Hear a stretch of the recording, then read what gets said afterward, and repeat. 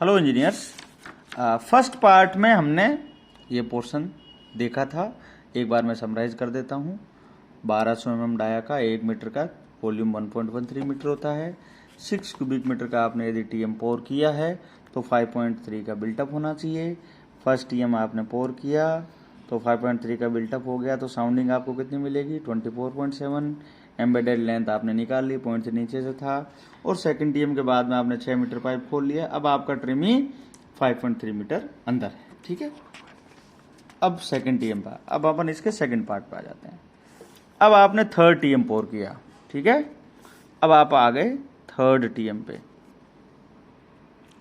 अब आप third TM पे आ गए हैं, तो थर्ड टीएम अगेन वही 6 क्यूबिक मीटर का है, ठीक है। तो आपको पता है कि एडिशनल बिल्टअप कितना हो जाएगा। एडिशनल बिल्टअप 5.3 मीटर जनरेट करेगा। थ्योरेटिकल है ना, ये सारा थ्योरेटिकल कैलकुलेशन है, क्योंकि ये अपन कैलकुलेशन से निकालना है, थ्योरेटिकल। ओके। अब आप देखो लास्ट टीएम तक आपका जो बिल्टअप कितना था, एडिशनल बिल्टअप, तो आपका टोटल बिल्टअप 10.6 था। तो अब आपका 5.3 मीटर और आपका बिल्टअप थर्ड टीएम के बाद आपका जनरेट हो चुका है। तो टोटल बिल्टअप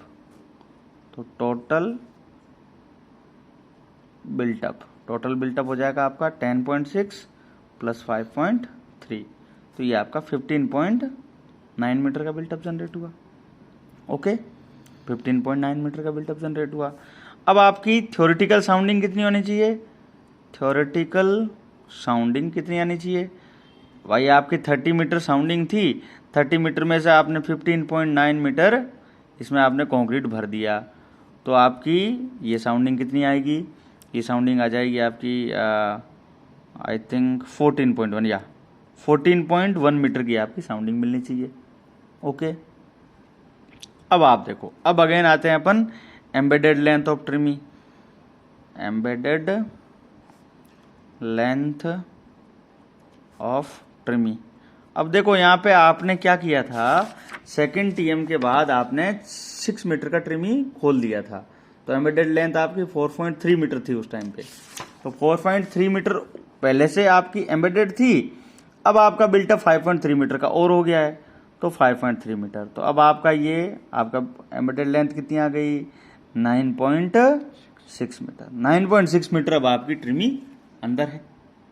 अब आप अगेन यहाँ पे क्या करो, ट्रिमी रिमूवल करो, क्योंकि 9 मीटर बहुत ज़्यादा हो गया, आगे का टीएम खाली करने में दिक्कत आएगी, तो ट्रिमी रिमूवल। अगेन यहाँ पर आप 6 मीटर का ही ट्रिमी आपको खोलना पड़ेगा। 6 मीटर का खोल दोगे तो एम्बेडेड ट्रिमी लेंथ कितनी रह जाएगी, एम्बेडेड ट्रिमी लेंथ।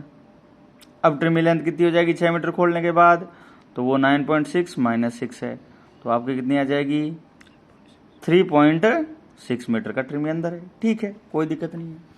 तो अब आपने 3 टीएम पोर किए हैं, 3.6 मीटर का आपका ट्रिमी एम्बेडेड अंदर है उसमें। ठीक है, इस प्रकार से आप अपना पूरा कैलकुलेशन करते हुए आगे अपने टीएम खाली कर सकते हो।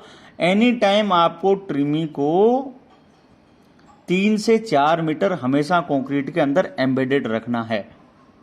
हमेशा 3 से 4 मीटर का एम्बेडेड लेंथ आप रखोगे तो आपका कभी भी कंक्रीट के अंदर ट्रिमी, वो आपका पाइल के अंदर कभी भी जॉइंट नहीं बनेगा।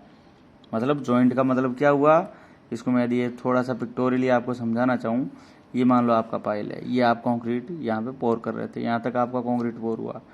आइडियली ये हमेशा आपका ट्रिमी जो है वो कंक्रीट के अंदर रहना चाहिए, और ये जो आप ऊपर से कंक्रीट पोर करो, ये ऐसे कंक्रीट निकलनी चाहिए और ये आपका बिल्टअप ऊपर बढ़ना चाहिए। लेकिन आपने गलती से मान लो कुछ ऐसा केस बन गया कि यहाँ आपका यहाँ तक कंक्रीट का बिल्टअप था, आपने ट्रिमी खोलते टाइम ऐसा खोल दिया कि ये ट्रिमी आपने इतना ऊपर कर दिया।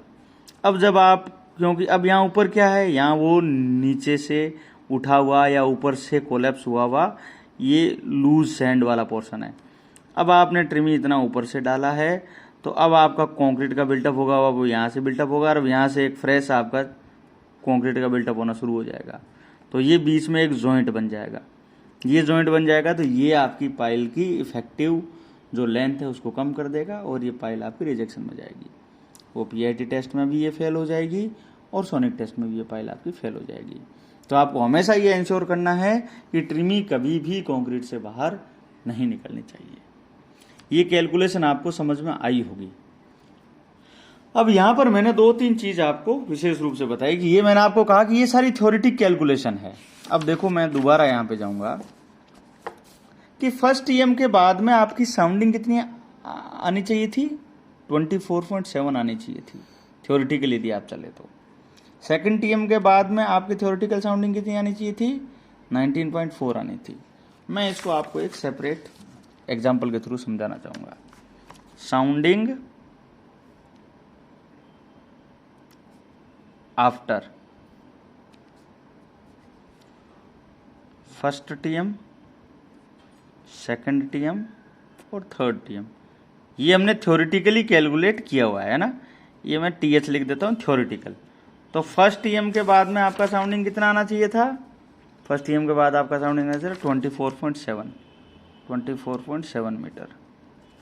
सेकंड टीएम के बाद में आपका साउंडिंग कितना आना चाहिए था, 19.4 मीटर।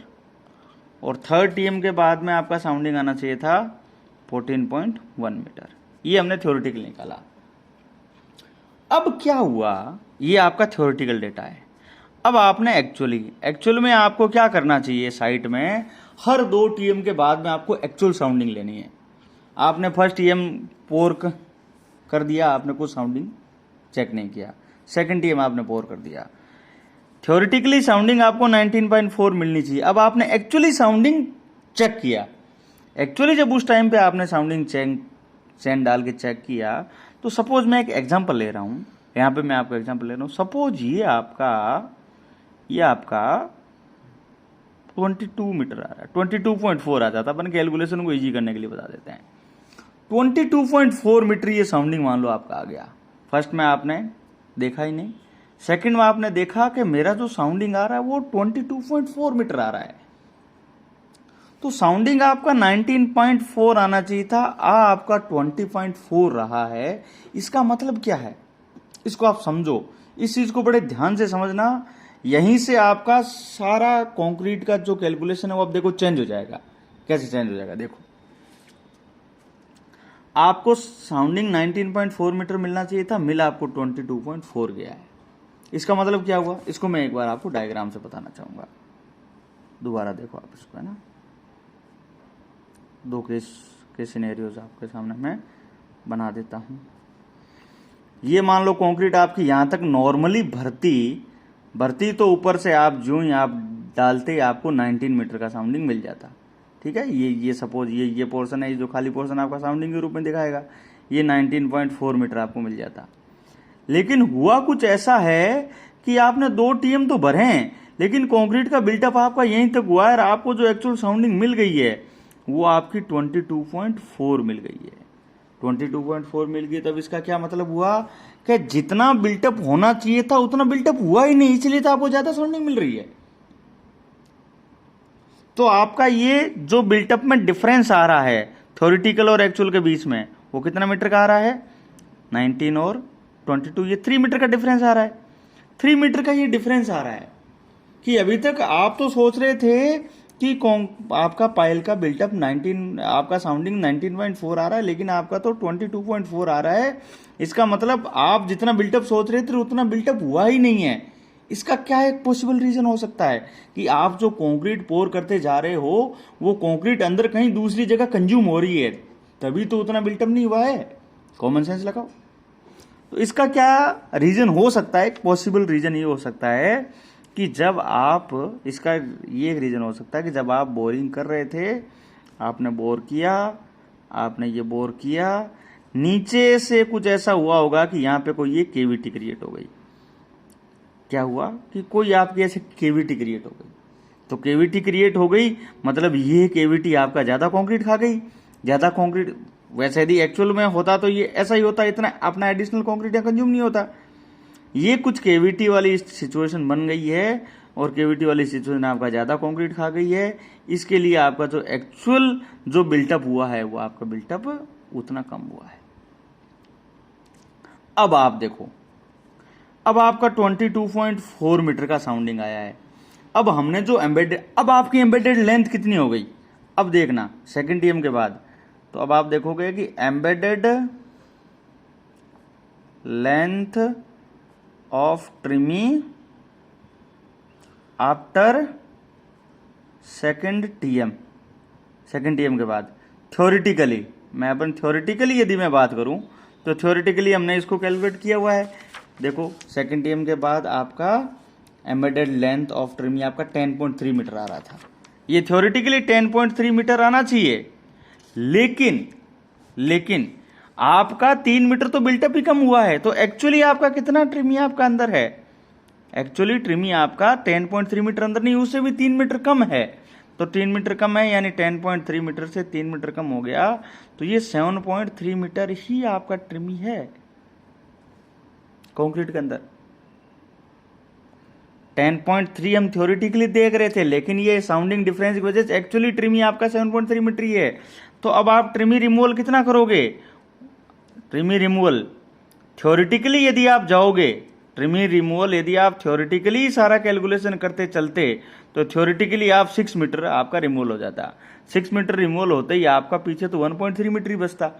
तो आप एक्चुअली जो हाफ ट्रिमी यहाँ पे रिमूव करोगे, एक्चुअली यहाँ आप सिर्फ 3 मीटर का ही ट्रिमी रिमूवल करना है, जिससे आपका 7.3 मीटर एम्बेडेड था, 3 मीटर करोगे पीछे 4.3 मीटर का आपका एम्बेडेड लेंथ रह जाए। अब आप इस वाले कैलकुलेशन को बेस मान के आगे सारा कैलकुलेशन करोगे। तो दोबारा से मैं एक बार आपको बता देता हूं, ये जो मैंने आपको कैलकुलेशन बताई थी ये थ्योरेटिकल कैलकुलेशन थी, कि थ्योरेटिकली हाँ, इसका मतलब क्या है कि जैसा आपने बोर मारा एक परफेक्ट या थोड़ा बहुत इम्परफेक्ट, यदि आपका सिलेंड्रिकल बोर हो गया है तब तो वो इस पूरी कैलकुलेशन को फॉलो करेगा। लेकिन यदि बोरिंग में कोई इम्परफेक्शन है, कोई आपका बबल क्रिएट हो गया है, कोई कैविटी क्रिएट हो गया है, कुछ हो गया है, तो आपका साउंडिंग में डिफरेंस आ रहा है, उस हिसाब से आपको ट्रिमी की एक्चुअल जो लेंथ है, वो आपकी जो एम्बेडेड लेंथ है वो चेंज हो जाएगी। उस चेंज के हिसाब से ही आपको आगे की सारी कैलकुलेशन करनी है, उसी हिसाब से आपको आगे कंक्रीट पे ऑर्डर करनी है, उन्हीं चीज़ों का ध्यान रखते हुए आपको आगे बढ़ना है। आई होप आपको ये चीज़ समझ में आई होगी। कोई डाउट हो तो कमेंट सेक्शन में ज़रूर लिखना, मैं उसको क्लियर कर दूंगा। Thank you.